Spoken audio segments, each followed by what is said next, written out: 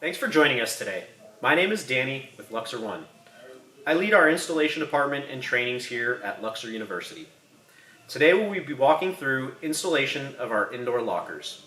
Our agenda will cover tools of the trade, leveling and mating lockers, setup of the main control bay, connecting the locker control boards, programming the lockers, testing the lockers and adjusting doors, setting the cam locks, and completing the finishing touches. Let's get started. Alright, so let's go over some of the tools we're going to be using to install these indoor lockers. One of the most important is going to be your 18-volt rechargeable drill. Safety, very important. Always good to have some gloves with you. There are some sharp metal spots. At least a number 2 Phillips head screwdriver, and preferably an oversized flathead screwdriver. A power outlet tester, especially for those site surveys. An Ethernet line continuity tester. Some composite shims for any leveling issues that you have to remedy. A measuring tape, again, good to have this for your site surveys and your pre-installation work. A right angle driver is a must-have. Magnetic pickup tool. A wire stripper is always important to have with you. A razor blade. And this is a decal applicator. You're going to want to have some adapters for putting sockets on your drill.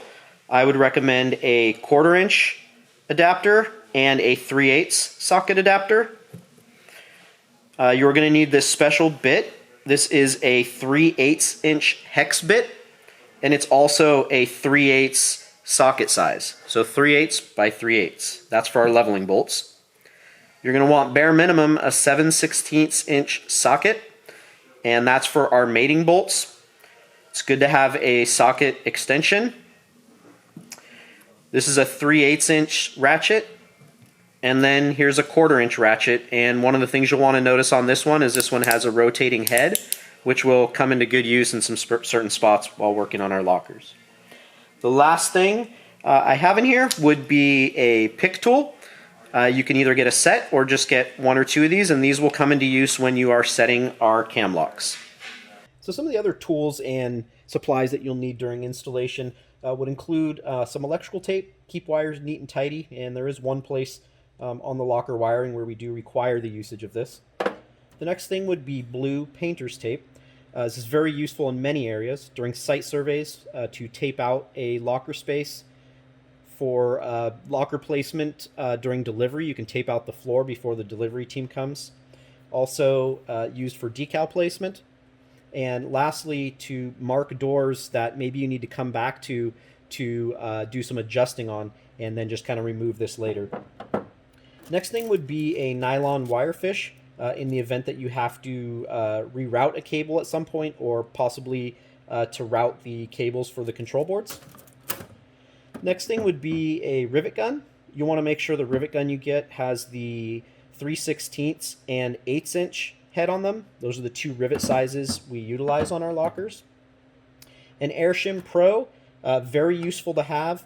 This will come in handy at some point when you need to get a little bit of lift out of the locker, so that you can either slide a composite shim or maybe one of the metal discs or something like that under the leveling feet. This will be extremely helpful with that. Next thing would be a magnetic level. Of course, we're leveling our lockers, and we're going to want to have something that's magnetic so it's not moving around while we're working down there. A magnetic flashlight is extremely useful, especially when you're working in those dark areas in the lockers. Just place it in there, turn it on, and that'll help you out a great deal. Next thing would be a vice grip. Minimum, I would recommend carrying 1. If not 2, especially when you're working by yourself. These come in great use when you are mating the lockers, and maybe you need to hold the bolt on one side so you can tighten the head in the other side of the locker. So great to have those. Next thing is a diagonal cutter. You'll be utilizing this for cutting zip ties flush. Let me go back to the rubber mallet, and you'll be utilizing the rubber mallet with the flathead screwdriver from earlier to punch in any knockouts that you have to remove on the locker. Next would be a small drill bit set, especially useful when you are drilling out rivets if you have to replace a lock or a door. Next thing would just be a small bottle with some 70% rubbing alcohol. You can even dilute it with a little water. And the only time you're going to use this is during initial installation to clean the surface for decal placement and also just for your final cleanup during installation. But we don't want to be using this regularly after that for regular maintenance and cleaning of the lockers. And along with that, you're going to want to have some sort of microfiber towel so when you're wiping the locker, you don't have to worry about getting any scratches on there. So let's go ahead and start our installation. So a few of the last things that we would like to take along with us for an installation would be a brush and a dustpan. Always want to leave a clean space. An extension cord for any situations where you either don't have live power or you just need to extend power to something. A small ladder so that you can mount cameras on the ceilings. A small shop vacuum. And then last but not least, either a rubber pad or some type of blanket to put on the ground, not only for your knees, but also to keep the floor from getting damaged. That'll wrap it up. All right, so we just received this locker here, and we're going to want to do a quick walkthrough and QC check of it. And aside from just a very quick visual check and making sure that whatever blemishes there might be that we notated on our delivery list, we're also going to want to go through a quick functionality test or a manual functionality test. First thing we're going to start with is we're going to remove the zip tie at the top here that holds our glove box sliders closed so that our glove box panels don't fall during shipping. So we're going to go ahead and remove that. We're definitely going to check that our red manual release lever is opening all of our doors. And in this case it is. So let's check for the control board on this locker. One of the things I want to point out too is that all of our lockers come with the control boards pre-installed with the exception of the extra large locker. The extra large lockers will utilize the control board and extra ports in a locker adjacent to them. The only time you'll get a control board for those would be inside of an install kit, and that would be if you have multiple XLs that are going to need so many ports that they would utilize their own board. So to get this glove box panel out, we're going to go ahead and put our hand on the bottom of the panel. We're going to move the glove box release lever all the way to the outside of the locker, and we're going to go ahead and drop our panel down. And then we can kind of pull it back and slide down and drop it down so we've released the little teeth in the back. And as you'll see, our control board is pre-installed in here. The only thing you'll have to do for this is run a power and Ethernet cable later to the control bay, which you'll do for each locker, and then move on. And the next thing we're going to check is that our locker in one of the compartments, but usually the bottom left, is going to have our manufacturer QC checklist in here, and also our combo lock and our leveling bolts. And it'll either be wrapped in foam with some kind of saran wrap material, or you will have a box similar to this in that compartment. And we're going to go ahead and open this one up because I do want to make sure now is a good time to make sure that everything that's in here is correct and what I need, so that if it's not, I can identify it early on. So we got our 4 leveling bolts here, and then we also have our cam lock sealed up nice and tight in here.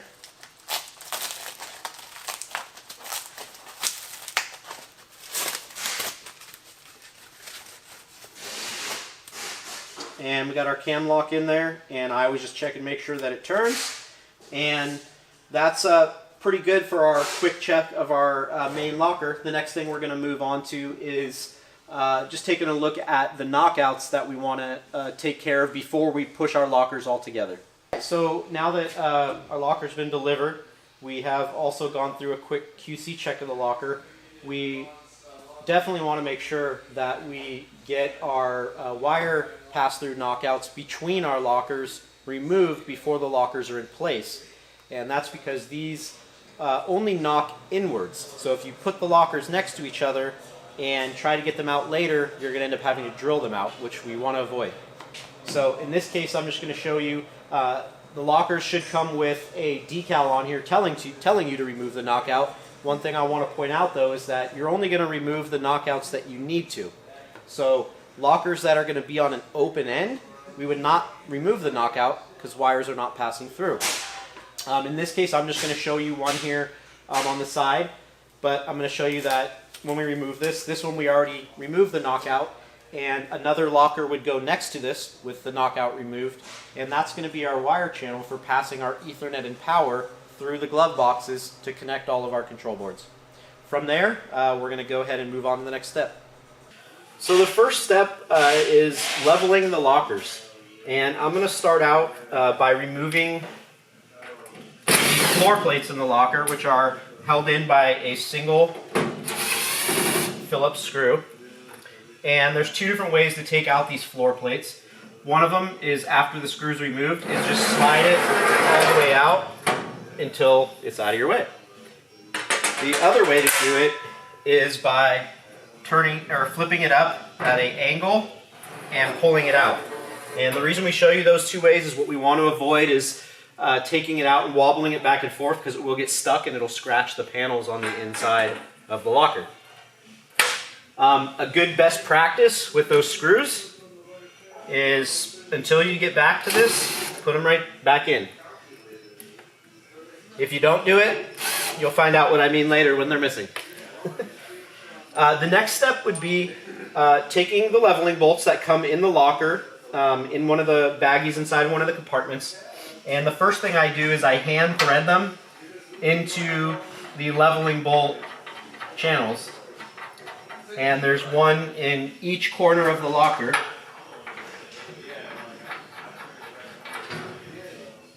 And then we have our 3/8 hex bit by 3/8 ratchet opening. I'm just going to put it into my extension, and I'm going to use that to just seat these down a little further. Now the reason I'm doing this by hand first is a couple reasons. One, I definitely don't want to do it with a drill, because with a drill you can easily strip the threads if you're at the wrong angle. Also, even once I'm moving the bolts in there and leveling, I will use a ratchet and not a drill for the same reason. So one of the things I noticed about this locker when I started to level it is that it's sitting much further forward than the locker next to it.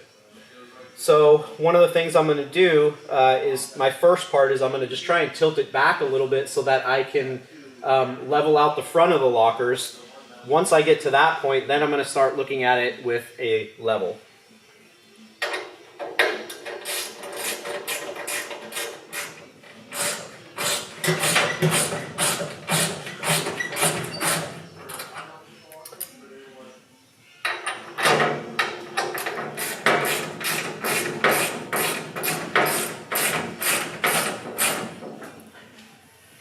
And it's not uncommon for the leveling bolts to, as you're threading them in, for them to dig into the ground, because it is a bolt going downwards. And so there's a couple things you can do to avoid that if you need to. One of them is part of the toolkit that we mentioned earlier, was to carry composite shims. And what you can do is you can slide a composite shim under there. The other option would be just like sliding a metal disc under there, and we can give some examples of that later.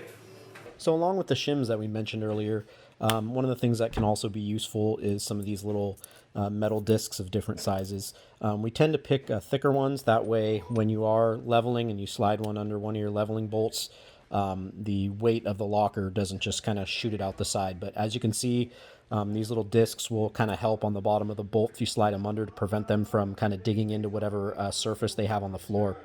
The composite shims also work similar. Not only could you take maybe a thicker part of the shim and break it off and sit that on top of there and put the shim underneath, but these are some great options to help you when it comes to leveling the locker. So good idea to keep some of these things on hand. So there's a couple things I'm going to do with my level before I start leveling the locker. Number one is I'm going to check it on the top roof of the locker. This locker is actually fairly level where it's at right now, but when I go to the side of the locker, one of the things you need to keep in mind is the roof of the locker is actually slanted. And so you can't stick a level right on the top of the roof because it will not be level. There's a seam on the side of the locker where we can stick the level and look at our level from there. So this one is telling me that the back of the locker needs to come forward to be level this way. So I'm going to tighten up the two rear bolts to move this locker forward a little bit.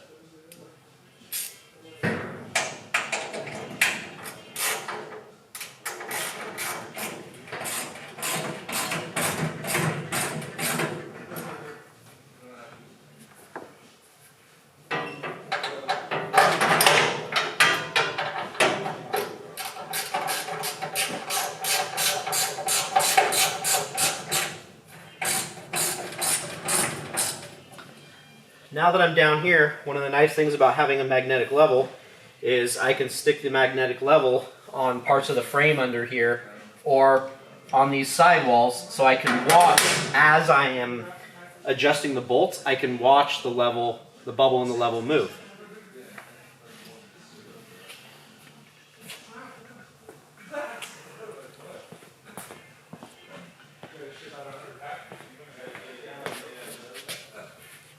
One of the tools we mentioned earlier was a magnetic flashlight. Here's another version of a magnetic flashlight. This one's rechargeable. And one of the things I'll do when I go in to start leveling is I'll just put that in there. And as you can see, there's plenty of light in there for me to work with. So, also you notice I'm using a rubber mat here, not only for my knees, but to prevent any damage to the floor.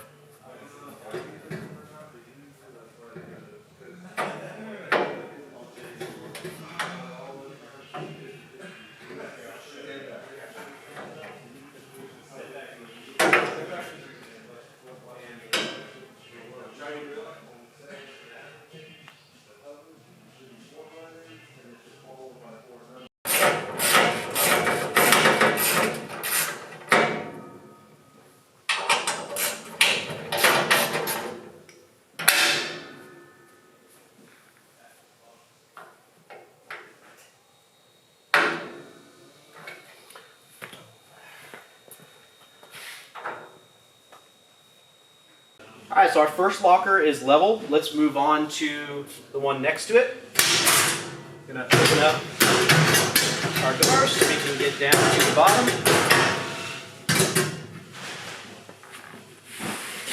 And we're going to remove our floor plates again.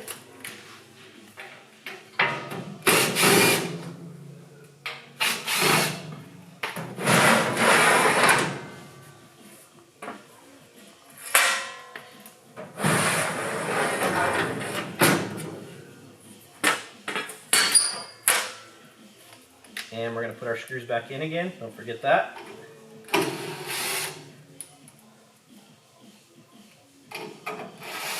And now that we've leveled our first locker, we have a reference point.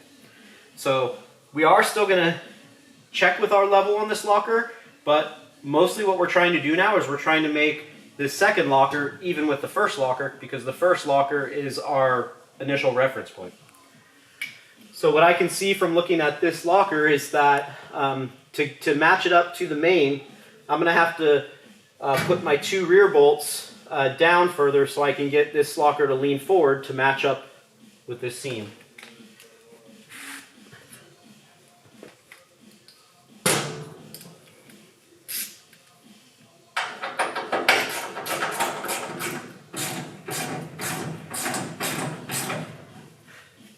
This locker has a little bit of a wobble, so we might have to do some extra stuff with this, but it looks like we are pretty close. So one of the things you'll notice on this one is it's got a little bit of a rock, which means that there's other bolts that we clearly have to let down. So just because we have a match with our lockers up here, we still don't want to leave a locker with this wobble, even though we're going to bolt it to another locker, because that means it's going to put pressure in the wrong spots. And we don't want to put all of our lockers' position pressure on our mating bolts that go across. So let's see here.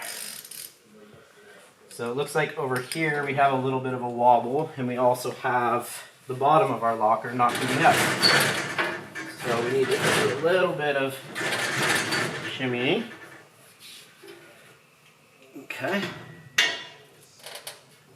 All right, now we can raise that back up.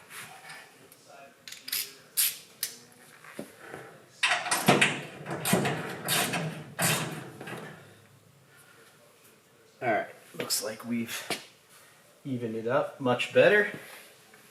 And let's check our wobble. All right, so there we go. So right, our lockers look great here in the front. Our seams look nice and tight, level on the tops, the roof lines match, but we have this wobble. So, and you can see when I push forward and back, it's rocking to the point to where I need to just at least drop the front left bolt and the rear right bolt to the ground. I don't have to crank them and make it move, but I need them to at least touch the ground to eliminate the wobble. So we're going to crank this one until we feel it hit the ground, and then the rear right as well.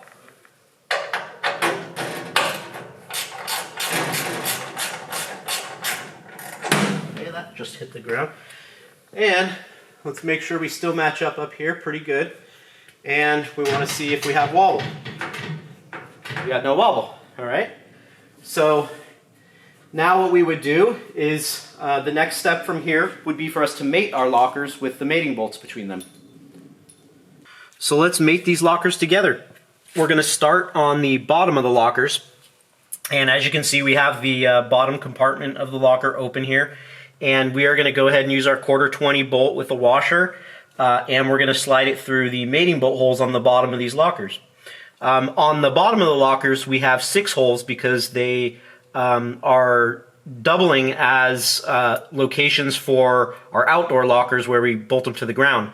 In this case, we're just going to slide our bolt right through the holes that are easiest to access, the ones closer to the middle, and we're going to go ahead and slide one right through there in the front, and then I'm going to squeeze down and slide one right through in the back. And I'm going to go ahead, since I'm working by myself, I'm going to go ahead and put a vise on this side so that when I go to the other side to hand thread the nut and washer on the other side, it'll stay in place for me. So I have the vise holding nice and tight for me on the other side, so I can get down here to this front bolt and get my nut and washer hand threaded on.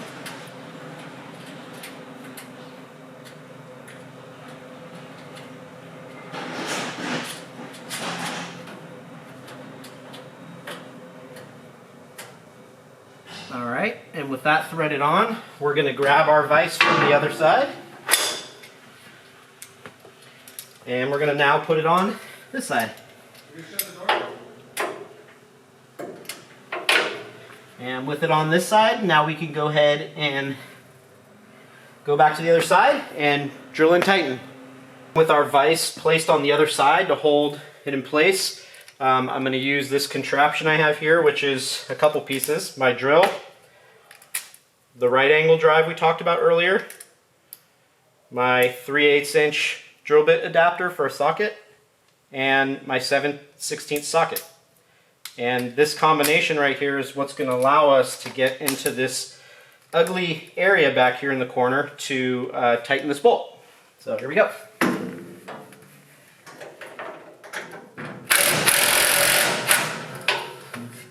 And there you go. Without this tool, it'll take you much, much longer. And we've done it. All right, now we're going to move to mating the top part of the lockers. We're going to start with putting our hand on the bottom of the glove box panel, and we're going to move the glove box slide lock, in this case to the left, and your plate will release. And keep your hand there so that you can slide the panel out and push it down to the bottom. And with that off now, I'm going to bring my ladder in, get a little bit of extra leverage here so I can access the mating bolt holes. Since we've already leveled these lockers, these holes are going to line up nicely, and we're going to use our 1/4 20 bolts again, and I'm going to slide one through the front and one through the rear, and then I will, since I'm working by myself, I'm going to place a vise on the bolts on this side so that when I go to the other side to thread on my nut, it will hold it in place for me.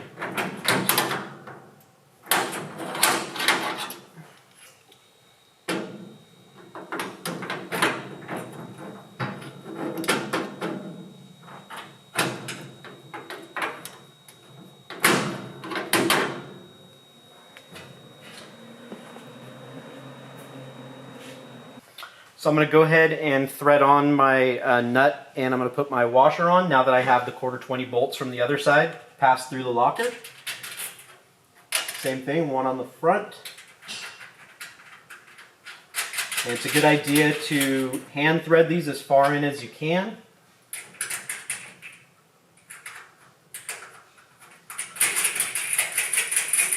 And now that I have done that, I'm going to remove my vice grips from this side, and I'm going to go put it on the opposite side to hold that nut in place while I secure it. So that when I go over to the other side and tighten it with my drill, this will hold on tight and seal it right up for me. And with the vise on the opposite side, I'm going to grab my 3/8 inch adapter for my socket, and the socket I'm using is a 7/16 inch socket. I'm going to go ahead and put that on my drill, and I'm not going to gun this in, but I'm going to slowly ease it in so that I can tighten this up. And then once you feel it tight, give it a couple quick shots, and that leveling bolt is done. Now I'm just going to repeat the same process in the rear.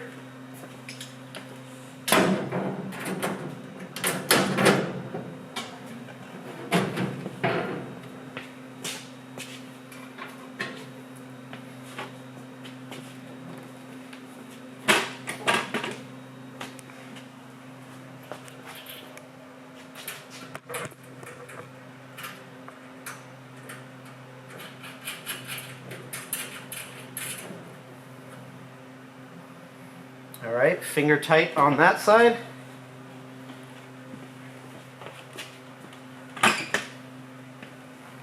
All right, let's see if I can get my vise back on this side.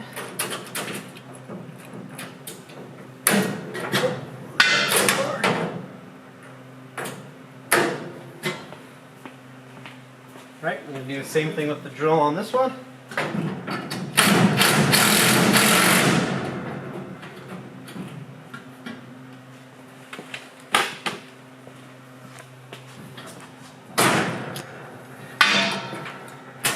Need to get this one a little tighter.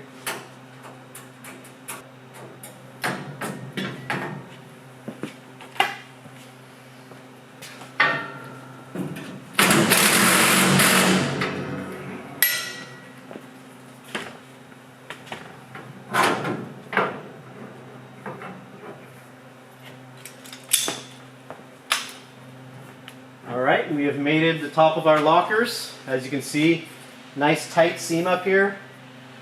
That should be pleasing to the eye. Alright, so let's take a look at the components that we are going to be installing inside of our locker now that we've leveled and mated our locker. We're going to start with our backup battery, also known as a UPS or uninterruptible power supply. In our battery, you see we have all of our power supplies. We've got our router power supply, our control board power plug, our touchscreen or iPad power adapter, and our power supply for our network switch. One thing I want to point out is you want to take a good look at the order we have these components in. This is done this way for very specific reasons. One, consistently having these in this order allows us to troubleshoot much easier, especially over the phone. But this also shows that these first four outlets on our backup battery have backup supply power. Power goes out, these 4 items here will still operate for roughly maybe an hour or 2 depending on usage of the locker. The last 2 outlets you see here, one of them covered up, do not have backup power. So we won't be using those for locker functionality critical components. We will be using those for possibly items such as cameras that we don't necessarily need running while we're just trying to get enough power to get these operational during an outage. So from there, I'm going to go over to our control board power supply. Sometimes people call this our power brick.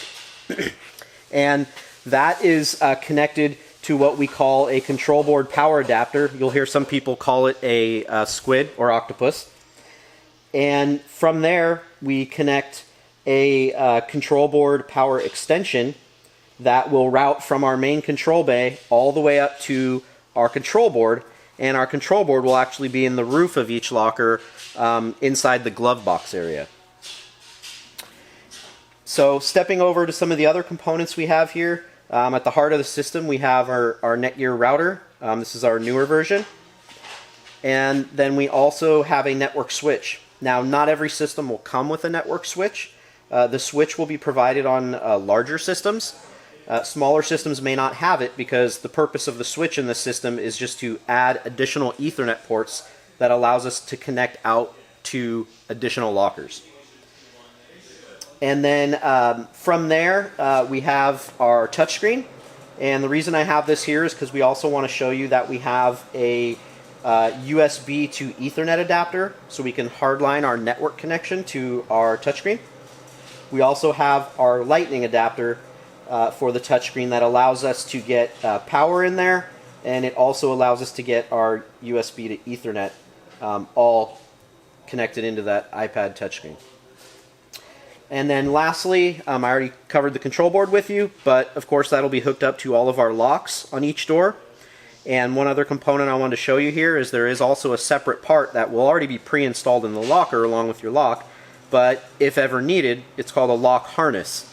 And that's a separate part from the lock, and it actually runs from the connector on the lock all the way up to our control board. So those are the components that we are going to be installing in our control bay to get our locker up and running. So let's do it. All right, we are at the back of the locker now, and we are going to get ready to knock one of these knockouts out so we can get our power cable and Ethernet run into the main control bay. And we have chosen the center back knockout on this particular locker for the reason that we actually have a gap between the back of the locker and the wall, and this way we can hide all of our cabling behind. There are going to be potential situations where you're going to need to run your wiring out the roof of the locker because, say, your lockers are sandwiched against the wall. And we have a knockout right on the roof on the back, same size as this one, and the same method you're going to use to get it out. So all we need to do is take a large flathead screwdriver and a rubber mallet and just place it on one of the edges of the knockout and give it a whack. I get one there and give it one more, and we are out. Okay, and we can just let that fall in. And now we've already got this nice open hole here. And the next thing we're going to do is we're going to put some grommets on this knockout. We're also going to put one on the inside of the locker because we have a second pane of metal inside there, and we want to make sure that our edges here are not sharp for our wiring going through, as well as safety and for certification reasons, we're going to want to make sure that we have these grommets in here. Let's get those grommets and put them in.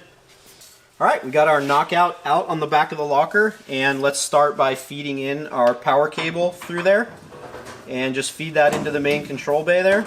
And we're also going to take it's about a 9 to 10 foot Ethernet cable that comes in our kit. We're going to drop that through there too. And then our grommet that we supply you is a split grommet, and that's going to allow you to have these cables already entered in there. And we're just going to wrap it around our cables and click it in. So power and Ethernet ran through. I think it's always a good idea to do a little wire maintenance, show a little professionalism. So here I have some of the zip ties included in our kit. I'm just going to throw a couple zip ties on there, make it, make the wires stick together, keep them from getting tangled, looks a little nicer. Also, if you don't have extra zip ties, electrical tape works just the same way. It's all behind the locker, and it shows a little extra care that you're taking for these things. And then as far as your zip ties go, you just cut off the ends with your diagonal cutters. And then next thing we're going to do after that is we're going to take these connections and we're going to go ahead and plug them into our wall. Alright, so now we're at our power and Ethernet connections for our locker, and just wanted to show you this site is prepped per our floor plan. The bottom of our outlet and jack wall plate are both at 77 inches. One of the things you'll notice on this particular install is we have a concrete wall behind us, so power and Ethernet have to be surface mounted in these metal boxes. So with that being said, we're going to go ahead and plug our low profile power cable in that we provide, and we're going to plug our Ethernet cable in for live Ethernet, and from there our lockers are going to get pushed back and we are going to go set up the inside of the control bay. So before we start loading components into this control bay, one of the things we want to do is prep our backup battery. So here's our backup battery, and what I'm going to do before we install it in the bay is I am going to flip it over, and one of the things you'll notice here is this bright orange fuse. And you'll just kind of slide it out of there and flip it into this hole and push it in real hard until you hear it click. And what that's going to do is that's going to make the connection for the circuits inside so that the backup battery itself is connected in the circuit now. So if the power ever goes out, this unit will actually provide backup power. If you do not do that, it's pretty easy to tell that you didn't, because when you go to power up the system, the backup battery is going to give you some audible noises stating that there's a problem. So the first thing you'll want to check with the backup battery that's giving you audible feedback is flip it over and make sure that you've inserted that fuse. Alright, so now I'm going to show you guys how to utilize the long zip ties we provide you in the kit to prep for the backup battery.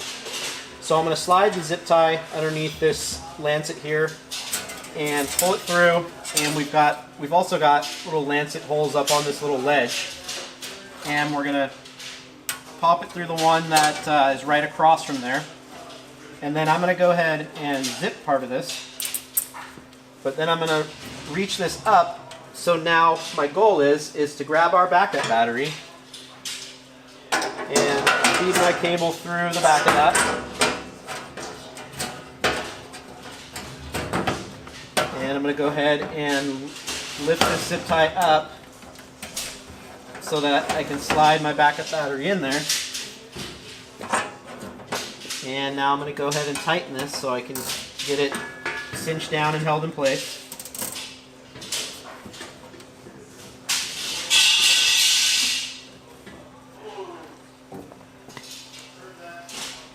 And next thing I'm going to do is, with the power cable for the backup battery, I'm going to actually feed this one back into the center channel of the locker. So I'm going to reach back through, and I'm going to pull this cable through, taking all of our excess and kind of hiding it in the center channel. And then our power extension cord that we brought from the wall in the back, I'm going to go ahead and plug our backup battery into that. And so that I don't have to worry about this thing later, or worry about it potentially coming loose while I'm working on other things, I'm going to go ahead and get some electrical tape, and I'm going to wrap it around this connection here so that any slight tugs on anything while I'm installing is going to prevent that from coming loose. And I've tucked that down in the middle. Alright, our next step is we're going to put another zip tie in for our control board power supply. And as you see on the back left hand corner, I've put another zip tie in here, and we're going to kind of do the same thing we did with the backup battery. We're going to cinch it up and give it some space so that we can slide that power supply underneath. Before I do that, I'm going to take our control board power supply power cable, and I'm going to plug it into the second power port from the rear of the locker, or rear of the backup battery. And then I'm going to feed it through my zip tie, because what I'm going to do is plug it into my power supply, and I'm going to slide it right into the zip tie I have preset here for me. And with the end of the zip tie moved down towards the bottom, that'll allow me for all the space I need to pull it and cinch it.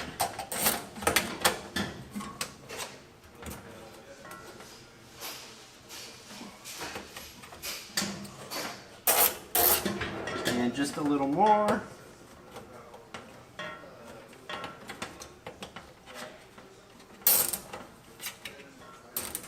All right, so now you can see our power supply is cinched in there. And with those two things in place, just so they don't hit my hands, I'm going to go ahead and use my diagonal cutters to cut off the excess.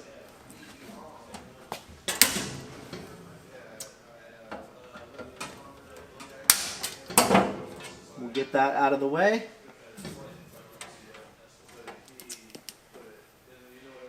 And now what we can do is we can take all the excess power cable from our power supply. So we've got all this excess here that we don't want dangling around in the compartment. And we're going to tuck it back into that little hole in the back of the locker so that we can keep these wires flying through here a little bit out of the way. And again, eventually later we're going to do some wire management so that these are all cinched down and look nice and clean. Alright, so from there, before I start putting the router in and all those components, what I like to do is start running a power cable and an Ethernet from each of my locker control boards into this bay so that I can get all those cables fed in here before I connect them. The next thing is I'm going to take a power and Ethernet cable for the appropriate length to get from this control board down to the control bay.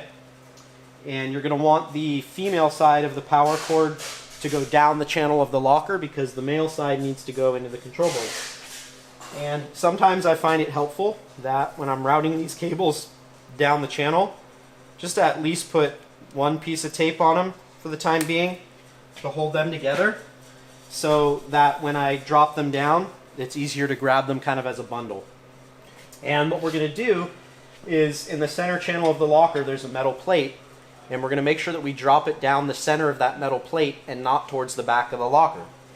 So I'm going to go ahead and just kind of drop these down and then feed them up and down while I'm feeding them.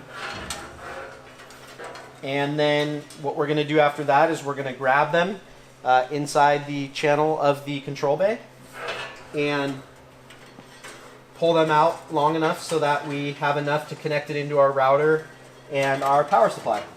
And one thing you will notice too is that I did not plug these in up on the side of the control board. Reason for that is we really don't want to plug much into the control board until we're getting ready to program, and that's because programming is done sequentially. So we don't want to power up our control boards and put Ethernet in until we are doing them one after another in order. So I'm just going to leave these sitting up here in the top for now. Sometimes you can tie them off or zip tie them to something if you're worried about them falling. But for now, we've done what we need to up in the glove box area. I'm going to go ahead and close this one off for now, and then we're going to move back to the main control bay and continue our connections.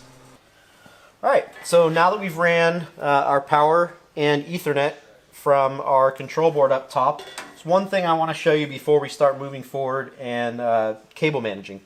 One thing that'll help you out a lot later is take some kind of colored tape or something that'll help you identify a particular cable. And that cable is our live Ethernet cable. Especially on larger installs where you have multiple lockers in one row, you may end up with 5, 6, 7 Ethernet cables in here, and they may all be black. So you're going to want to identify that one so later you don't have to kind of backtrack. Alright, so with that out of the way, I'm going to hang those out of the way, and I'm going to take the control board, power supply cable, and I want all this stuff to be hidden inside this center control panel when I'm done. So I'm going to take that and I'm going to feed it back through the hole in the back of the compartment like we did before, and now I have it hanging out to the side here. The next thing I'm going to do is I'm going to take our power splitter and I'm going to plug it into that control board power supply plug. And one thing we should always be doing is getting our electrical tape and taping off these connections here, because they, just like a power cable, can come loose throughout the install at some point, and so we just want to make sure that we don't have to come back and troubleshoot a loose connection. The next thing I'm going to do is, for the sake of just going through a training here, we're only going to use one of the ports on here for now. And with that being said, I'm going to put that one aside, but we do want to tape off all the other ones we're not using. This way they don't touch each other and arc at some point later on down the line, which can reset the power supply, can reset other things in the system. So I'm just going to tape off one for now so you see what I'm talking about. But just a quick wrap, and that way any other things that touch this, it's not going to arc it out. Okay. Now I'm going to go back up to my power cable that we ran from our control board.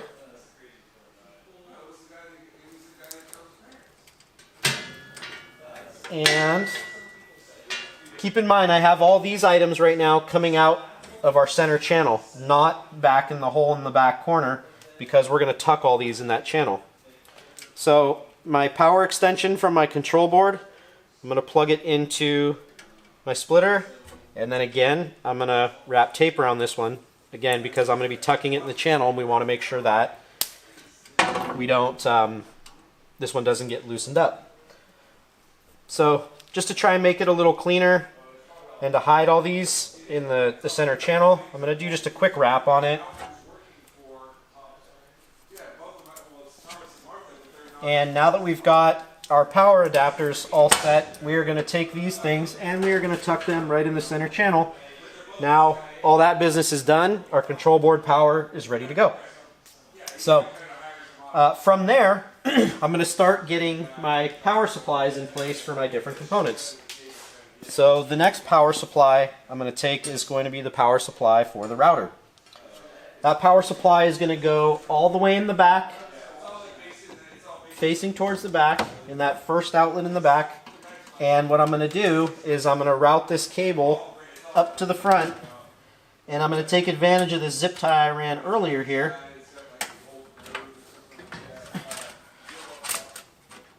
And that zip tie for the control board power supply. I'm just going to hang this out here because this is what's going to plug into my router once I get it in.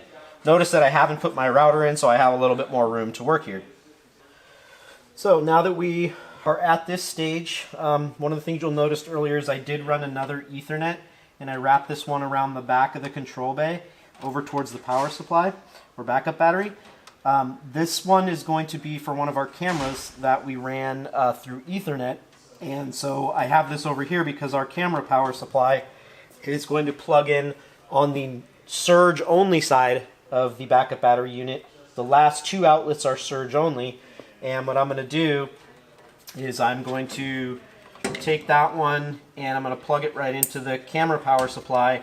And again, I'll wire manage this later, but I'm going to go ahead and plug that one in.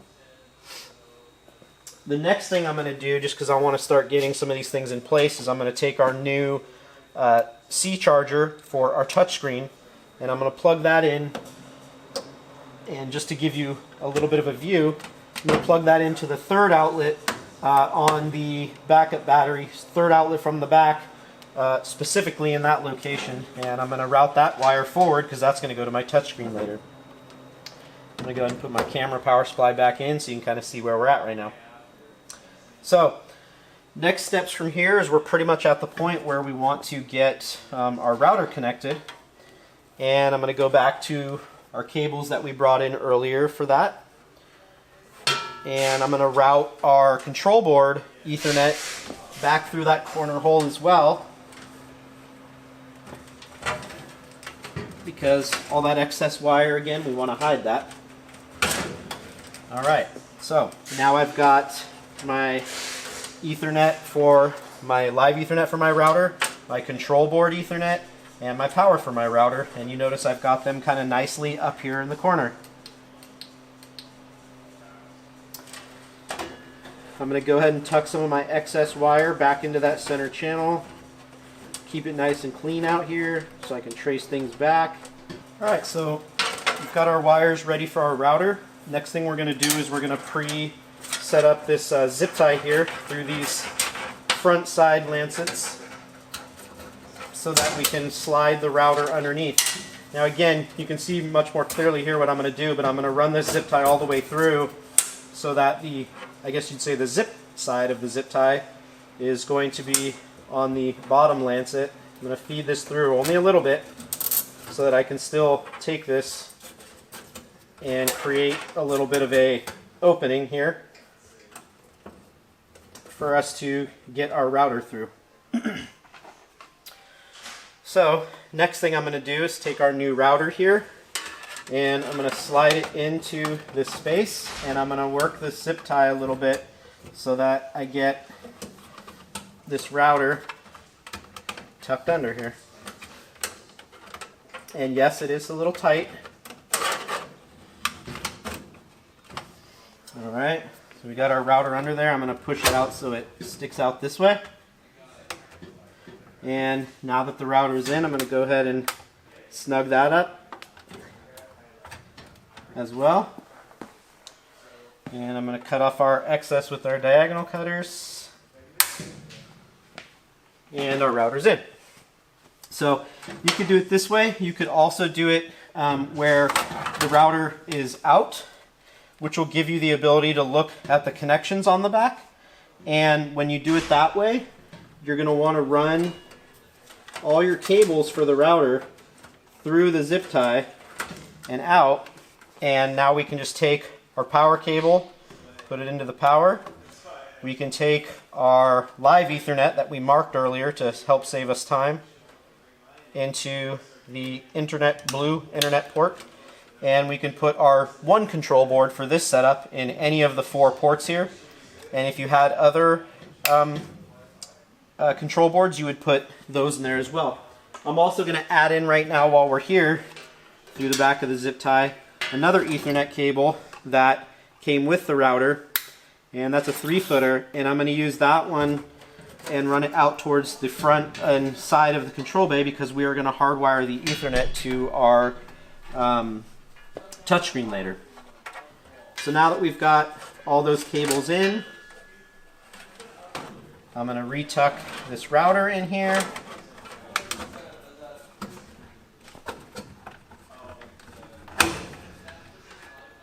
And I'm going to have all of our antennas pointing towards the back.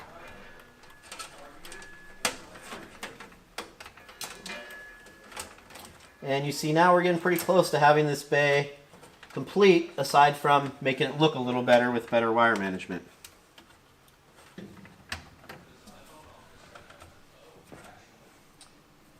And so what I'm going to start doing is I'm going to start tightening up the wires now in this compartment. And then once we do that, we will start programming and testing the system. So inside of our install kit, we're going to provide you several smaller zip ties as well. And I'm going to go ahead and use those and start kind of routing some of this cabling to clean up our installation here.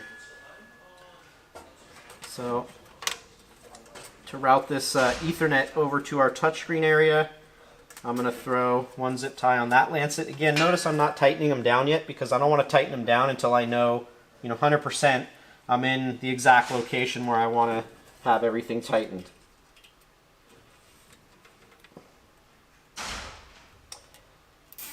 Okay, throw another one up there. And now my goal is to get rid of all this mess back here and try and clean it up. So first way I'm going to do that is I'm going to take all of the excess stuff that's flowing towards the back there, and I'm going to start tucking it back into that center channel that we talked about earlier.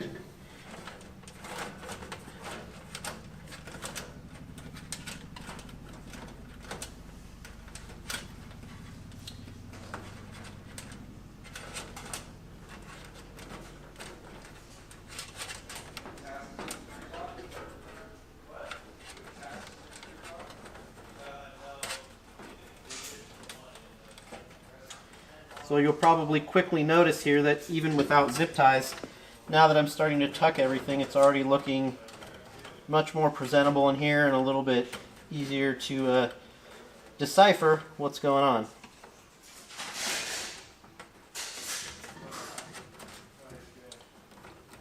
Alright, so now what I'm going to do, it's going to be a little harder to see this, but I'm going to reach towards the back, and there's some lancets at the back of the control bay. And I'm going to wrap all these wires going to our backup battery into a zip tie. And I'm going to push all these wires so that they're behind the last power supply there. So it kind of holds them in place and looks a little cleaner. So you don't have a bunch of wires coming across the front of your components here. And once I have this all tucked back in this corner behind the backup battery,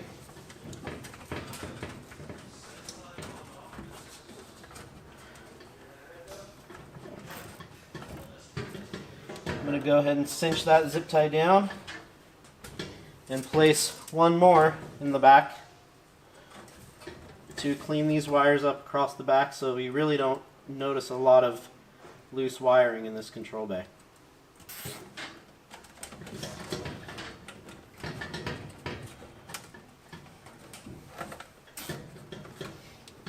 And again, we're always going to cut off the excess of our zip ties so we don't have a lot of extra pieces floating here. And we are on our way here to getting this all cleaned up and looking pretty neat and clean and professional.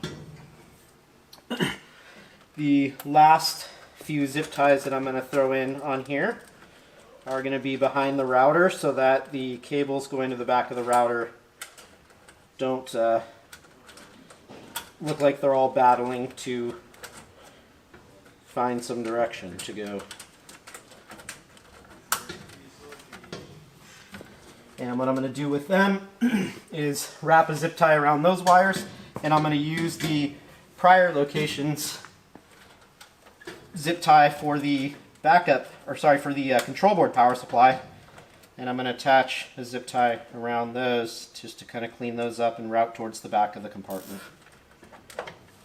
Alright, so this is where we are at this point. The other things I'm just going to drop in here before we put our touchscreen in is I'm going to take our USB to Ethernet adapter, plug it into the blue Ethernet that we ran for the touchscreen earlier. Then we're going to plug that USB into our lightning adapter. And then into our lightning adapter we are also going to plug in our touchscreen power cord. And we're going to drop those right there for now until we put in our touchscreen. Then we will kind of clean up some of the zip ties up here, and then next thing we will get to is programming. So before we go into programming, I'm at my first locker on the left, and that's a critical point because we're going to start all of our locker programming from the first locker on the left. Even if your room curves around, you're still going all the way to the left. So I have our Ethernet and power already routed up here. I'm going to go ahead and plug our Ethernet into my first control board. And I'm going to go ahead and plug my power into that control board. And we'll do wire management up here later, but now that this board's booting up, we're going to give it a couple minutes. We don't want to run down here and expect to program it right away and expect the network and everything to sync up and pick it up. But we're going to let it run for a little bit, and then we're going to come down and do programming on this particular locker. So now that we've set up our control bay in our main locker, and we've held down our power button on our backup battery for about 3 or 4 seconds, and we've let everything in here boot up for a few minutes, I'm going to go ahead and plug our touchscreen in here with all of our adapters. And the first thing I'm going to do once I've plugged it in is I'm going to go into the settings on our iPad here, and I'm going to make sure of a couple things. One, I want to make sure that my Wi-Fi is off, and that's because we're going to be hardwiring with our Ethernet adapter. Two, I'm going to make sure that Bluetooth is on, because that's going to allow the customers utilizing the lockers to utilize the phone hands-free Bluetooth feature.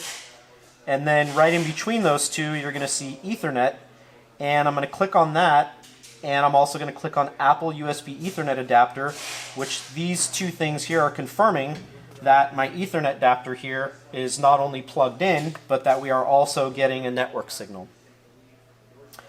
Once we've gone through those steps, I'm going to go into our Luxor app. One of the things I wanted to show you was our iPad touchscreen box, and when you get it for an install, you will have a code on the box, and that code is going to be your manager code to get into the Luxor app. So when we open it, I'm going to go ahead and enter the manager interface code.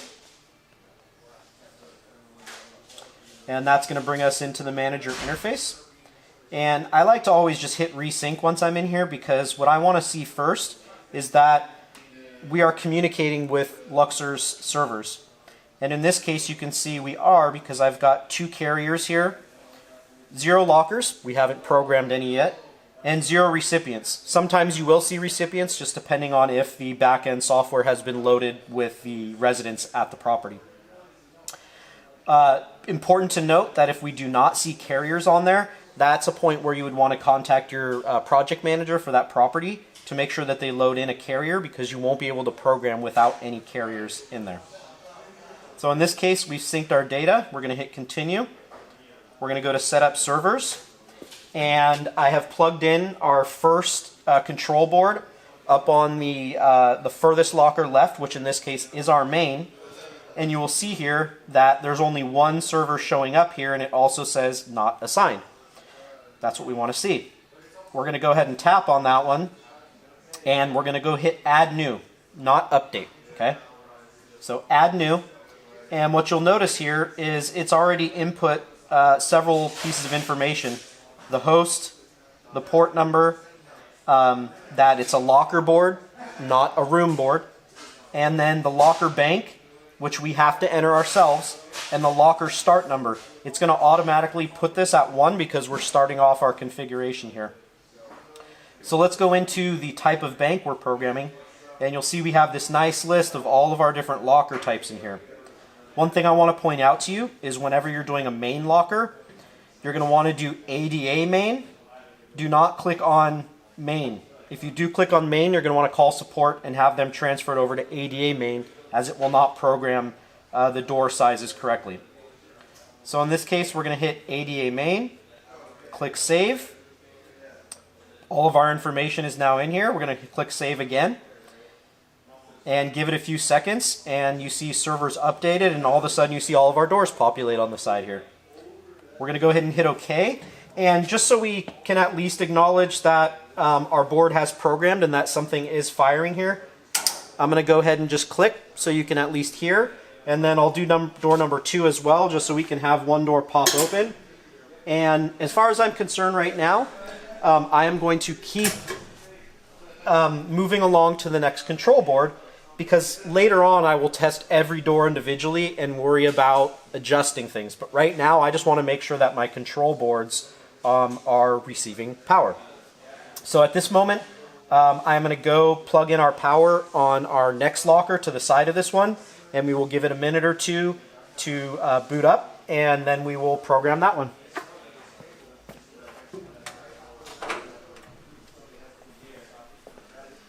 And while we're waiting for that to boot up, one of the things I want to point out is that the reason I am plugging in each board individually upon programming is because I don't want all my boards showing up and then trying to figure out which one is in which locker. So doing this sequentially allows me to see each one pop up as we go along. So I'm going to go ahead into my settings again, click resync. You'll notice a change here now. I've got 16 lockers programmed. Okay, it programmed each of my door numbers on a main, and I've also got a recipient loaded in there. We're going to go to set up servers again, and you'll see now that the server that we programmed now does not say not assigned. It actually gives me a server ID now. So let me go back and sync one more time, see if I can get this other board that I just plugged in to show up. It will take sometimes a few minutes for the newest board to show up. So you may have to do this sequence back and forth a couple times to get your new not assigned board to show up. We're back in setup servers here, and you will see that our first locker is now programmed because it does not say not assigned on this first server here. It actually has a server ID. You also see, now that we plugged in our second locker, we also see this next one that says not assigned. This is what helps us designate between what has already been programmed and not assigned what has not been programmed. In this case, we're going to go ahead and click on our not assigned. So it selects it up here. Click add new again. We're going to go through the same process again where we go to locker bank. And in this case, we have an ADA add-on. Another reason for the ADA signification on there is this is also going to program the doors for us based on ADA heights. So that will auto-program for us. So we're going to go ahead and click on ADA add-on, click save. One thing I want you to notice here is that since we're selecting the locker types, the door numbering does not have to be changed because we are following the types of lockers and we're following it in a specific order, so it will do all this for us. So it's going to start our next locker setup on 16. So I'm going to go ahead and click save. And our server's been updated, and now when I get down to 16, I'm going to go ahead and fire 16 because that's the first door on my next locker set. And we hear a click. Perfect, our second locker is now programmed. The last thing I want to show you before we move on to some other steps in the installation process is your touchscreen is not a numbered door. So no matter how many lockers you program, it's always going to move screen out of the sequential order, and it's going to put it down at the bottom, and it's just going to say screen. And we'll test that real quick. We heard it open. So let's go ahead and wrap this part up and move on to the next step. So let's go ahead and check out the backer plate on the back of the touchscreen door. And what you have here is these 4 thumb nuts, and that's what holds this plate to the actual door. So I'm going to go ahead and use my finger here to unthread those, kind of hold on to the plate itself so we don't drop these here. And I'm going to go ahead and keep holding the plate, set those aside, and slide it off. And one thing I want you to notice too is that the camera slot is on the left. So when I take this plate and put my iPad in it, I want to make sure that I'm putting it in with my camera on the left. So then I'm going to go ahead and reinsert this plate over the screw holes. And as I'm holding it there, of course, I don't want this to fall. I'm going to go ahead and put these thumb screws on. And I'm just going to do the 2 corners so I don't have to keep holding it. And get those nice and tight. And then now I can get the other corners and complete getting this on there. And after we get these all on here, we can finish the rest of the wiring and clean the wiring on the back of the touchscreen. Alright, so let's now test our system, and the way to do that is to go into your manager interface again. And one of the things I want to point out about testing your system is that as an installer, we should be testing our system by firing doors individually and not hitting the open all lockers. The open all lockers is really made for the property to do a quick test, but when we're testing our system and we're really going to put, we want to put some stress on it, we want to really see what each individual door does. One of the other things you'll notice here too is by the number 1, it also says medium. So as you're firing these, you also want to make sure that your number matches up with the door type. And one of the things I do when I go to test the whole system is I test it at once and I keep painter's tape with me. Reason being, I don't want to stop on each door that I have an issue with yet. I want to fire them all, and as I go, if one has an issue, just throw some blue tape on it, and then I'm going to come back and troubleshoot everything individually. So let's jump in and just kind of fire down the line. So far we're looking good.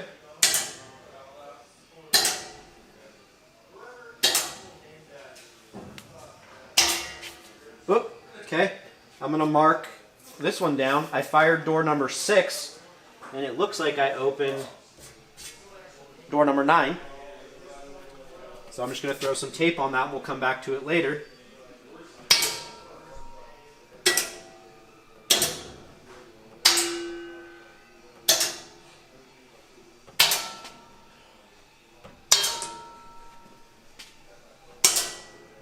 Alright, we're on our next locker. Looks like this one didn't open too far, but we won't make a big deal out of that yet.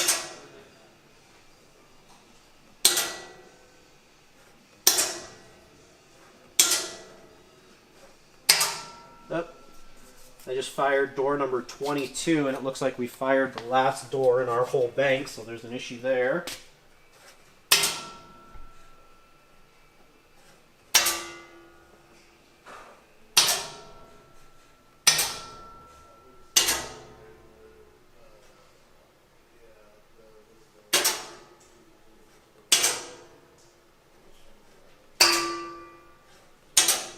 Alright, so now we've fired all of our doors, and we will do some quick troubleshooting.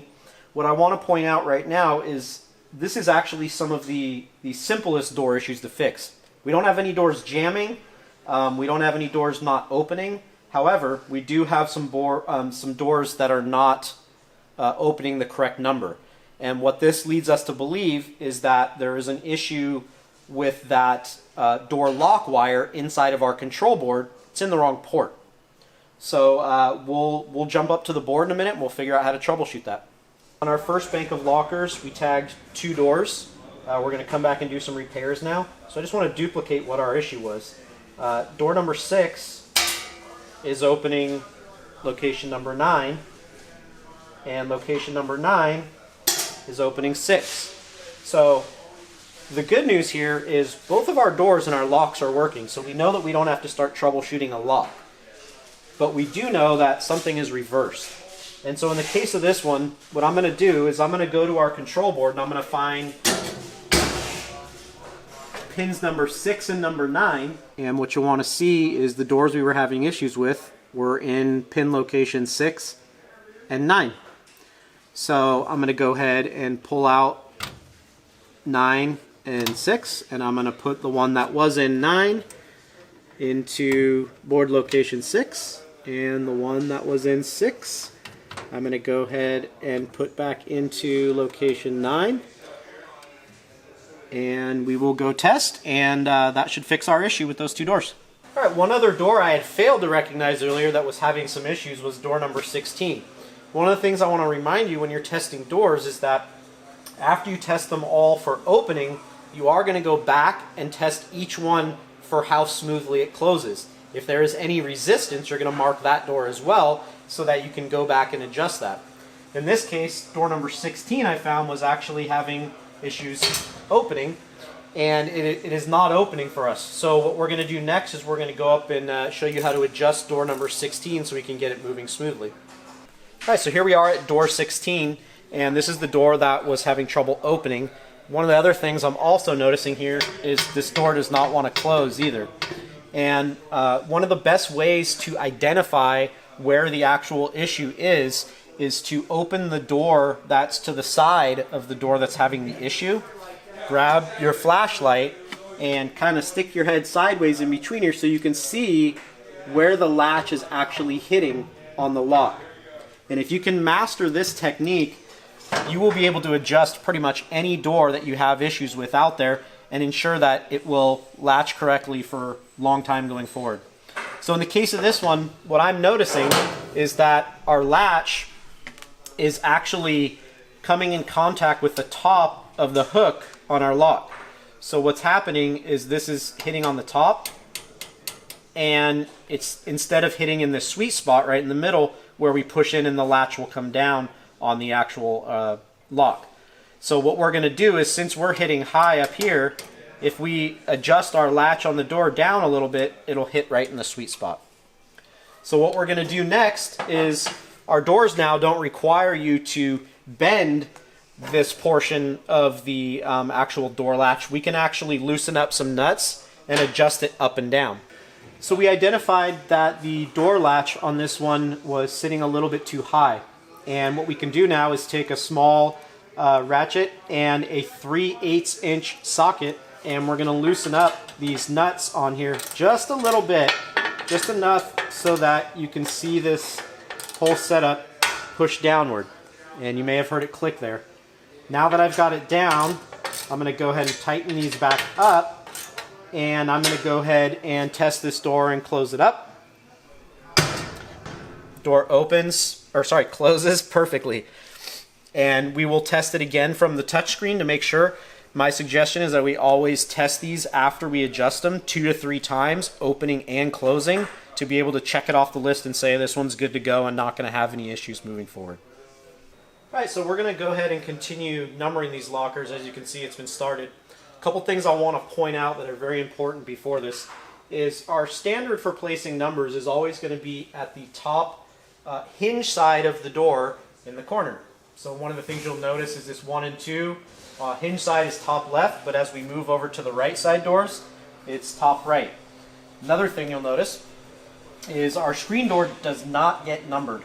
So make sure you do not number that as you're going. You don't want to do 200 doors and then have to come back because you accidentally numbered this one. So try to stay in sequence. The other key to numbering and kind of eliminating some of the headache of numbering is always carry some 70% rubbing alcohol with you. Again, only use this during your initial installation of the lockers, and a microfiber cloth. And what I'm going to do is I'm just going to spritz down the corners of these doors and do a quick rub on these, because any residue that's on there, this is going to clean it off, so when I go to put these decals on, it's going to be a much simpler process. So all of our decals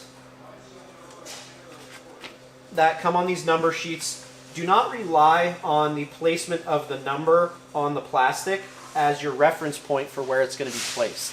Okay? What I mean by that is when you put it on the door, our goal is to get these about a 1/2 inch in from the side and a 1/2 inch down on the locker.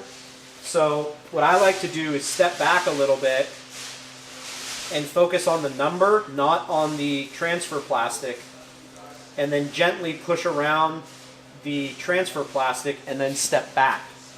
As soon as you step back, you'll see if it's out of place. The reason you notice that I primarily press around the transfer plastic is because that'll hold it in place, but that's not going to adhere the number yet. That way, if I need to pull it off without getting the number stuck on there, I can do that. So in this case, I'm going to go ahead and put a couple of these on.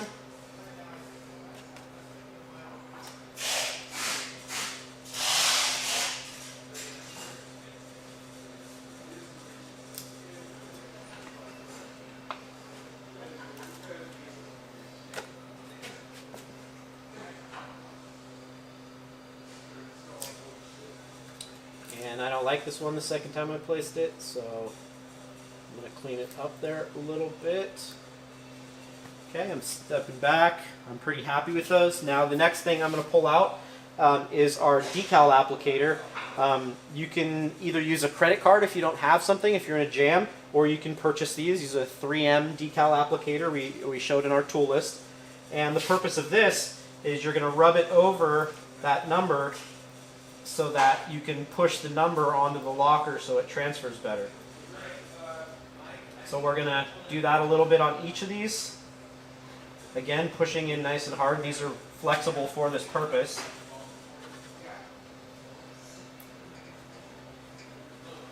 And now what we can do is we don't want to yank this transfer tape off, but we want to kind of rock it back and forth, watching that the number's staying on the locker. And there we go. We transferred that one. If you pull it fast or you don't rock it, chances are the number is going to come off with this and it's not going to stay on the locker.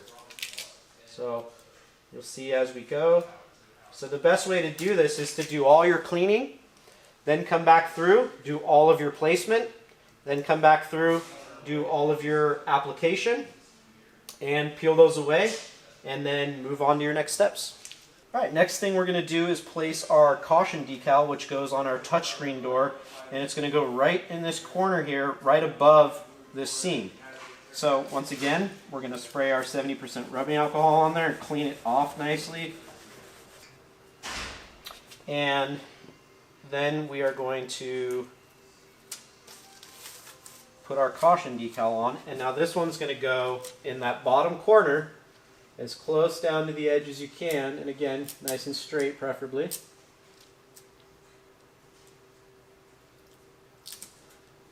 And again, we'll use our decal applicator. I prefer to use this again because as soon as I run my finger across it, I get it all dirty.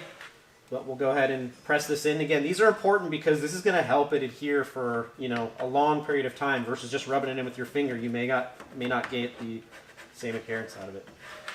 And our caution decal is done. And next thing we're going to move on to is our Made in America decal. All right, we're going to go ahead and place our Built in the USA decal, which only goes on any main locker. So if you have 2 mains, you'll have one on each main, but it does not go on any of the other lockers. So again, we're going to hit it with our 70% rubbing alcohol, give it a quick rub. And this is going to go in the bottom corner, bottom left-hand corner of the main locker. And again, we want to make sure that we place this as straight as possible. So I'm going to fiddle with it here a little bit. And then I'm going to get our decal applicator and just give it a quick rub. And there you go. We have our Built in the USA pride on our lockers. All right, so for any locker sides or banks that have an open side, we're going to go ahead and place a Luxor One logo on there. And there will be some spares inside the kit in case you have any placement issues or if you have potentially another open side that you want to use one for. So I'm going to go ahead and clean off our side again, like we've done with all the other decals. And with this logo, one of the things I would suggest if it's your first time, definitely look in the install manual for the exact measurements from top down and from the sides. In the case of this one, I'm just going to let you know that we're going to go from about 3/4 up from the bottom, and we're going to center it from side to side. And this is a 2-part logo. We've got a Luxor decal, and then we've also got a One. And I will show you how to apply these, and at the end we will be removing the plus signs. They are only for lining up the word One on our logo to ensure that it stays in the correct spot. So first thing we'll do is we're going to separate the backing paper and our transfer film with our decal on it, and we're going to want to do this very slowly to make sure that the letters and these little dots on our Luxor logo stay on our transfer paper and not on the backer. So if you go nice and slow, if one of your letters get caught, you can sometimes kind of go back and coerce the letter off of the paper that we're pulling away. Again, make sure your plus signs stay on here for now because we are going to utilize those. And then you'll also notice we have these 2 white blocks on here too, and I'll show you how we're going to use those. So what we're going to do for our side to side is we're going to use the larger of the white blocks to line the side of it up with the edge of our locker. And what that's going to do is that's going to place it roughly centered for us. And then the next thing you'll notice I'm doing is I'm not pushing down on any of the decal yet. I'm just gently pushing on the paper because that'll hold it in place so I can step back and take a look if I like it and if I feel like it's level to the way I would like to see it. In this case, I don't like how it's sitting, so I'm going to pull this back a little bit, and you'll notice I'm going to tilt it slightly, and I feel much better about that. All right, so the next thing we're going to do is we're going to go ahead and get our decal applicator, and we're going to press this in place. One of the things I want to cover here is that normally you don't want to press on a decal from the center. You normally want to go from one side all the way down to the other side so that if there are any areas where the letter could potentially crease, it gives you an opportunity to kind of stop and force any of that out and flatten it. So again, I would emphasize on making sure that you press in the dots on our logo. And now that we have that in place, we're going to go ahead and peel this off. Now, I'm going to kind of make sure that the color blocks come off with this because I really don't want those to stay on the locker and I don't want to have to peel off residue later. So help that come off nice and slow to keep the residue from sticking on there.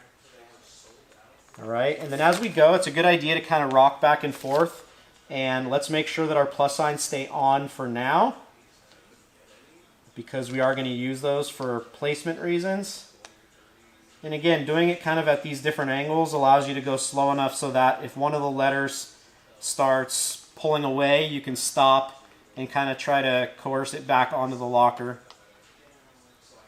Again, keep in mind the fact that we clean this prior to this and that we use the decal applicator does make a big difference in the long run for how well these stick when you're trying to transfer them onto the locker.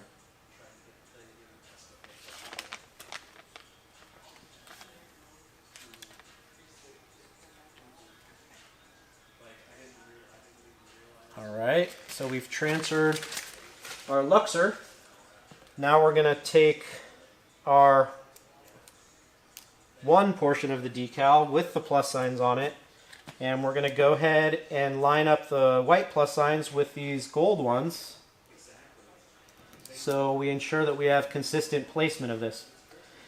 Now that they're lined up, notice I didn't push on the gold plus signs too much, but I am going to push down on the one, because I definitely want the one to stick to the locker. I'm not necessarily too interested in having the gold plus signs stick. Now I'm going to go ahead and peel this away, and you'll notice that my gold plus signs are coming away with this. And then I'm going to go ahead and gently peel off the white plus signs, trying to take away as much of the residue as possible so that we don't have to scrub it too much later.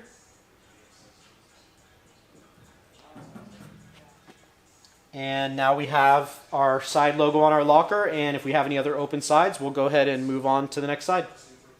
And before we wrap up our install, we have some little final touches we want to do aside from just the decals. We have these little black hole plugs that we are going to pop into the leftover holes on the sides of the lockers that are normally used for mating lockers together, but since this locker does not have another locker on the side, we're just going to pop those in. We also have extras in there, and the extras are for plugging the holes on the bottom of the locker, and these ones will actually kind of push into the hole. And again, it just kind of gives it more of a finished look and plugs up these holes. And once we get these guys in there, we will call this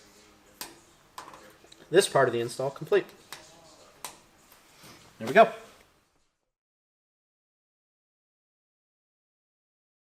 So before we program our cam lock, one of the things we need to do is obtain our cam lock code, which is included inside of our public key on our manager interface in our Luxor One app. So what I'm going to do is go ahead and begin pickup, and I'm going to put in my manager code to get into the Luxor One app. And one of the things you'll notice here is the public key here up on the right has 4 digits and it ends in 5061. And that is a site-specific code, and what we're going to do is we're going to utilize those numbers to set our cam locks next. All right, now that we've got our cam lock code from our public key on our touchscreen, we're going to go ahead and set this one.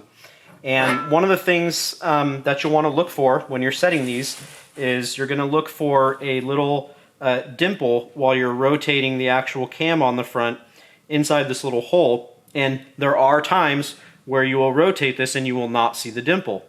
Does not mean it's a bad lock. What that means is the assembly of this unit was done a little bit out of place, and we are going to go ahead and disassemble this really quick and show you how to fix that so we can program this. So we're going to take a Phillips screwdriver, and we are going to try and get this screw while we hold this back part in place. We're going to go ahead and take this screw off and make sure you retain all the parts that come with it. So in order, we're going to have our screw, the bent cam, and then another part on here you got to be really careful of is this part right here, which is actually what catches the lock when it rotates. So this piece we don't want to lose, so we're going to be careful with that, and we got to make sure we put that on right.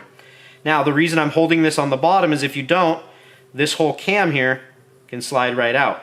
And we've got things in there that we want to retain and keep in place, like this rubber bushing.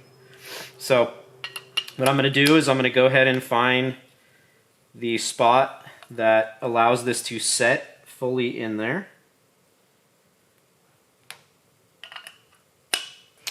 So now that we have the back components off this cam lock, we can now just freely rotate this all the way in a circle. And what we're going to look for is the spot where we notice a little dimple through that hole. And right here, I'm catching my dimple. Now, one other thing you're going to want to notice is that the direction of the numbers, now that I have the dimple, the direction of the numbers are facing a specific direction. And when these cam locks are in the lock position, we want them to be facing the direction that we can read them. We don't want them to be sideways. So this is the locked position. This is unlocked. Now when we go to look at the dimple in here, we see which direction all the numbers are facing. So we got to make sure the cam, if you recall, I said this is the locked position. And when I reassemble this, I got to hold this back piece so it doesn't fall through. And the locked position for our cam is this way, not that way. That would be open.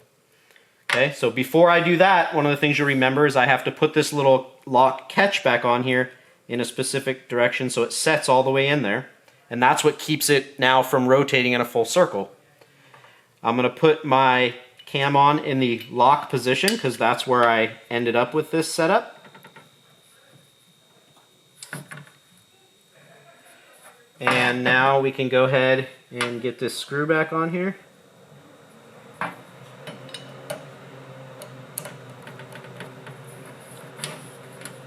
And we'll try and hold that in place while we're doing it, making sure that it sets over.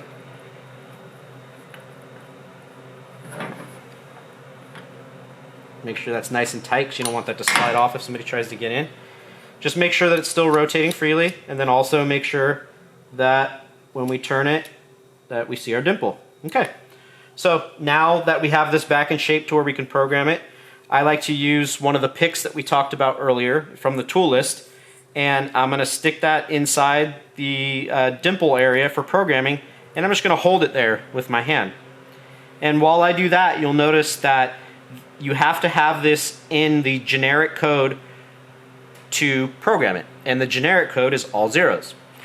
So with that, now that I'm holding this in, I can change this to the code of our public key that we got earlier. So in this case, our public key was 5061. You'll notice during that time I never let this off, and that's because we want this whole code to be accepted in here so we can utilize it.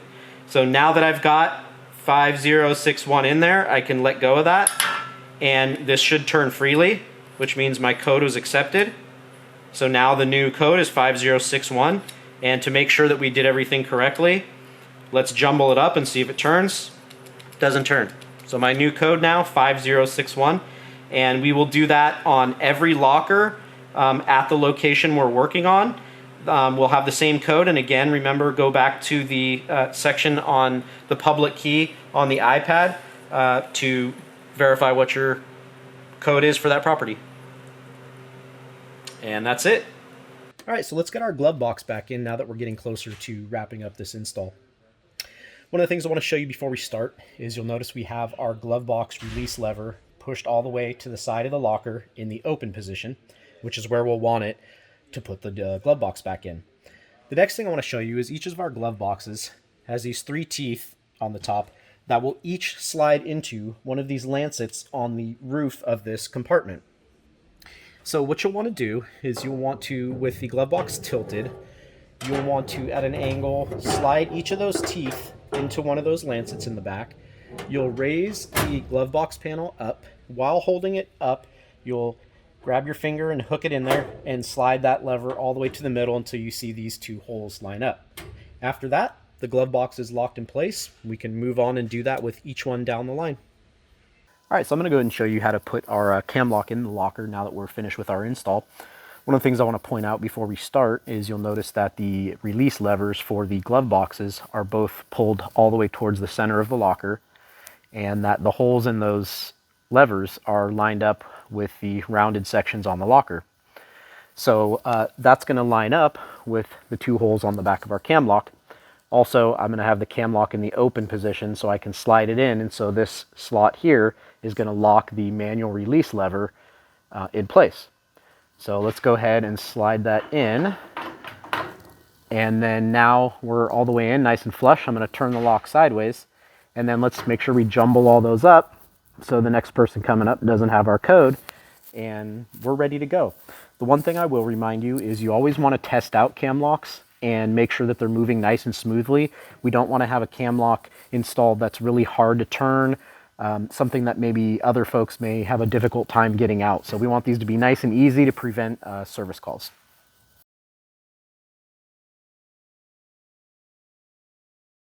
So here we are ready to work on our XL locker you see here. And one of the first things I want to show you is when you first receive your XL locker, you're going to have to open it up, of course. And the way to do that is to actually reach through the access hole here with the cam lock removed. And back in the corner, there's the back right-hand corner, there's a little slot where you can reach in. And what you're going to do is you are looking to feel, back in that corner, to feel the tab that releases the lock manually. Okay? So what we're going to do is we're going to reach back in there in the back bottom right-hand corner and lift it up. And in this case, it doesn't pop open all the time. This locker's not leveled yet, and it's got one of the largest doors of all of our lockers. So there's a little bit of weight displacement here, and the door may not open. So one of the tips you can use is while you're holding that latch up from the lock, you can push up on the handle or down so that the latch will eventually release for you. And now we're in the locker. And the next thing I want to show you is when you first receive your XL locker, the floor plates inside are not going to be screwed in. They are just going to be taped together during shipment. And one of the other things I want to show you that's really important on an XL locker is our bundle here with our cam lock is going to include a couple other things.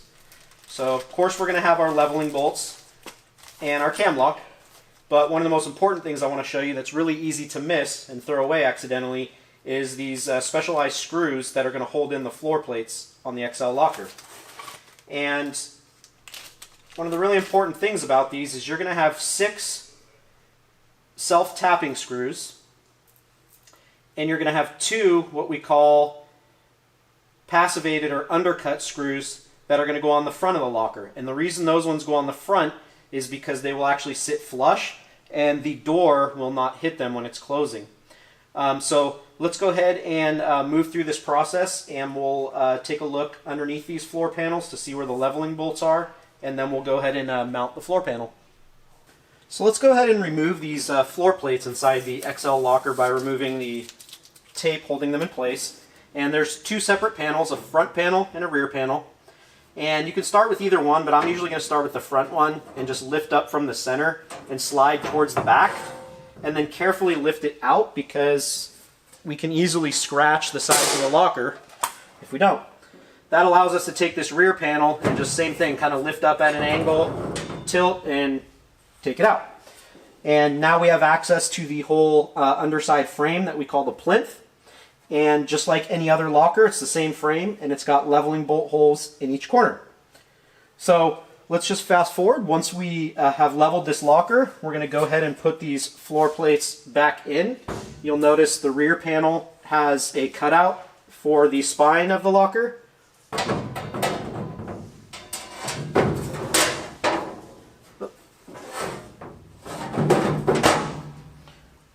And then the front panel is going to have the forward part that is going to mount to the front of the locker. And you also see there's little slots on each side that are going to slide into parts of the frame up front of the locker. So start off in the middle of the locker, push back, and then kind of tilt it up a little bit to get it to line up with those, and then drop it in place.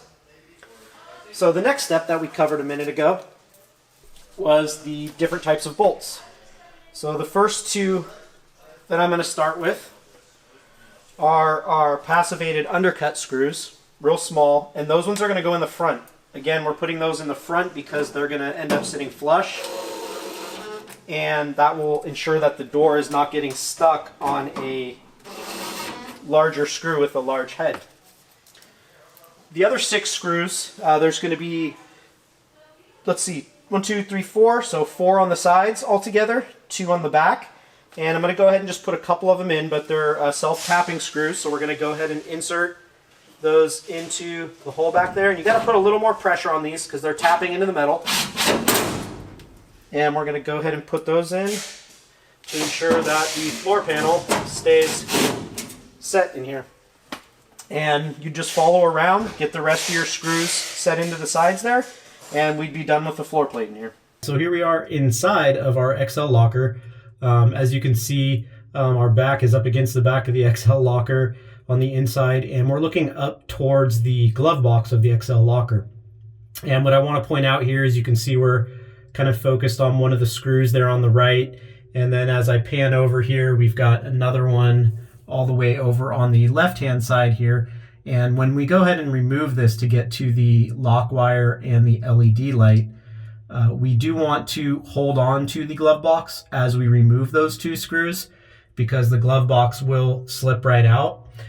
So just be prepared to have your drill inside the locker with you, get those screws out, and then you can jump out of here with that panel and go and wire up your lock and your LED bar.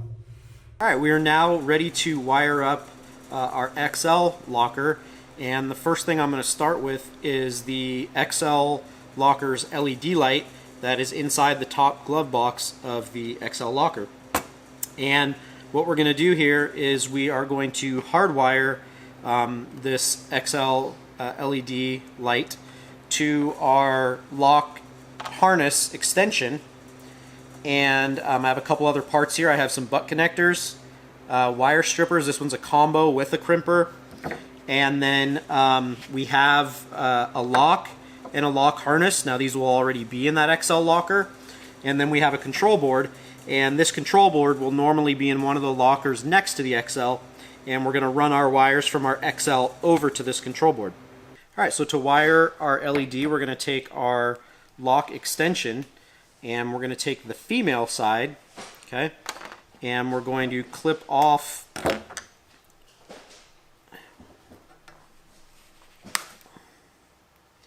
we're actually going to strip some of this jacketing back so we can see our wires in here. And again, I'm just going to use a pick tool to do this.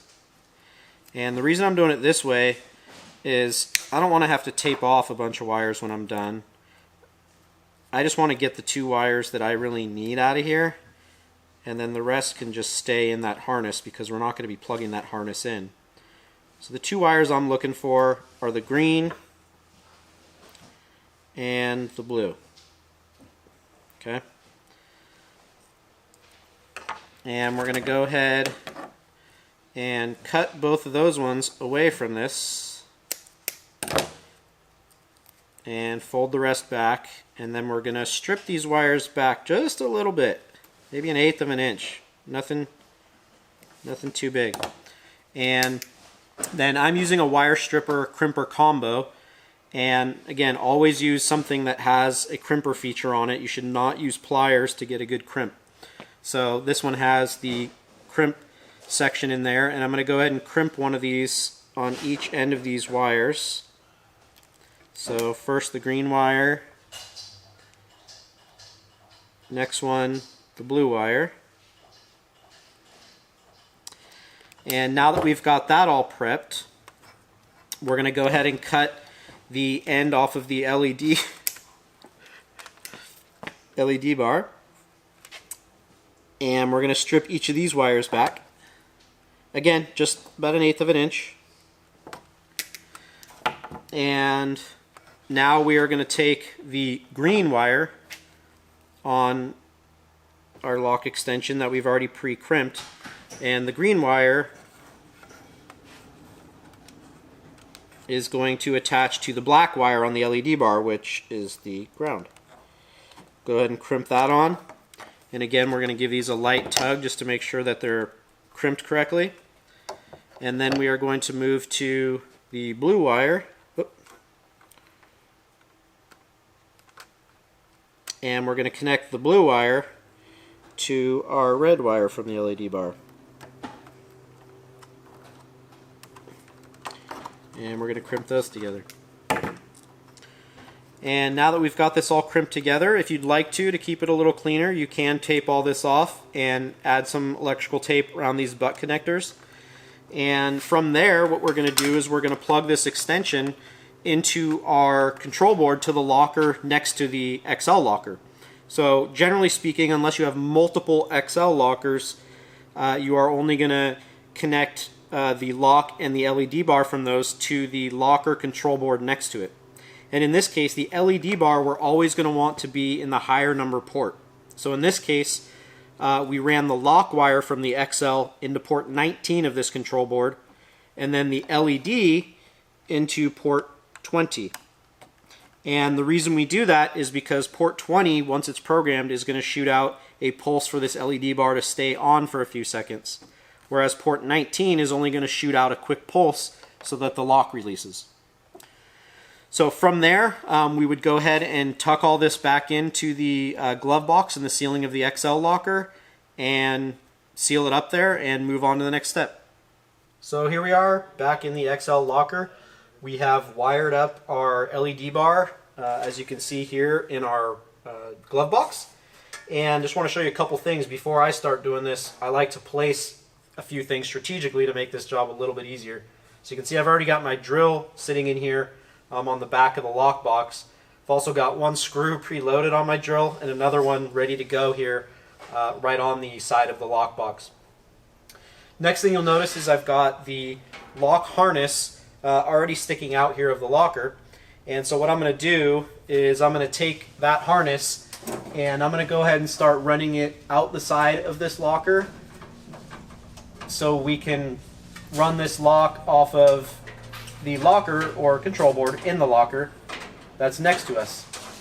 So my lock wire is already ran through. Now the next thing we're going to do is, while we're holding this glove box plate with the LED bar, I'm going to run the harness for the LED bar, the extension, through that same hole to the next locker, because both these are going to be plugged in to the locker next to us. Now that we got those run through and we have a lot less wire here to deal with, we're going to go ahead and take this glove box plate and we're going to kind of angle it up into the roof to slide it into the groove. Make sure that our wires don't get pinched. And we've got this set in place. I'm going to shift it a little bit.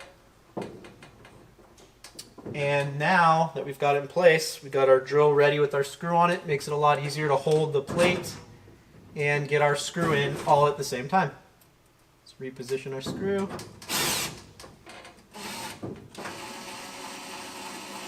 Alright, we've got one in. While I'm holding it, got my other screw placed here so it's easy to grab. And we're going to go ahead and get our other screw in. And there we go, our glove box for the XL locker is back in. And next thing we'll show you is connecting it to the control board. Alright, we've wired up our XL locker here and routed our LED wire and our lock wire over to the control board in the locker next to it. And what I want to show you here is how we wire this up and program a single XL locker that is in line with the rest of our lockers. Now if you have multiple XL lockers, you may need to call into support for some custom programming, but I'm going to show you today, when you have one XL locker, how you can program this right here on site. So the first thing I'm going to do is I'm going to go to this control board and I'm going to take our lock harness here, which is the one with the black jacket on it, and I'm going to plug that into the lower number port that I'm going to use, which is 19. And let's make sure we get that in there correct direction. And then the next one is the white extension that we have wired to our LED bar, and we're going to go ahead and put that in the higher number port, number 20. And then what we're going to do is we're going to go right to our app and we're going to go to Setup Servers. And you'll notice we already have one server showing up, and that's because we already programmed an ADA main locker prior to this. So since our XL locker is wired into that same control board, I'm going to choose the same control board that we've already programmed, and I'm going to click Add New, and you'll notice our locker start number is 16, and that's perfect because that is going to be our XL locker number. So we're going to go to our Select Locker Bank and scroll all the way to the bottom for our extra large locker. We're going to click save there and then save again. And you will notice our server has updated. I'm going to go ahead and log back in real quick. And scroll down to the bottom of my doors, and now you will notice door number 16 is an extra large. So when I fire that, we're going to show you what that looks like as well, to show you when it's connected correctly versus if you reverse these ports, what it looks like as well. Alright, so we're going to go ahead and fire the XL locker now that we programmed it. And you heard the lock, and one of the things you'll notice is the LED light is going to stay on for a little while. This means that we hooked it up correctly. What I do want to show you now is a quick way to troubleshoot if you've hooked it up wrong and had the LED wire in the lower port number on the control board. So I'm going to go ahead and make that switch really quick here. And I'm going to go ahead and fire it again with things in reverse. And what you'll notice is the LED goes off really quick. And the reason it does that is it means you have it in the wrong ports, because the LED is now receiving a signal for a lock, which is a very quick pulse, versus the signal for an LED bar, which is actually going to stay on for a pre-programmed portion of time. So there you have it. So let's go ahead and get our magnetic sign set up on our XL locker, and we're also going to do our emergency release lever decal. So again, I'm going to go ahead and give it a quick spray with some 70% rubbing alcohol. Again, this is about 3/4 of the way up from the bottom. And then we're going to go ahead and take our magnetic stop sign decal and just place it as level as possible in that space. And looks like we are good to go there. This way, customers or those using the lockers will understand this is a shared space and to respect that shared space. The next one we're going to do is moving down a little bit lower. We're going to go and clean the space next to the latch, and then also the door handle, the inside of the door handle. And what we're going to be putting here is a magnetic decal that if in the event somebody was to get stuck inside here, this will guide them towards the manual release on that lock.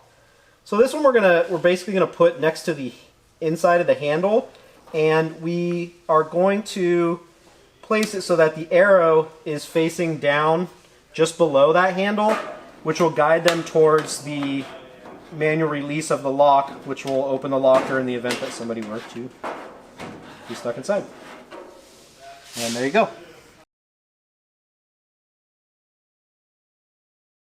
Alright, so now that we've programmed our XL locker, we're going to go ahead and move on to programming our 44-door locker.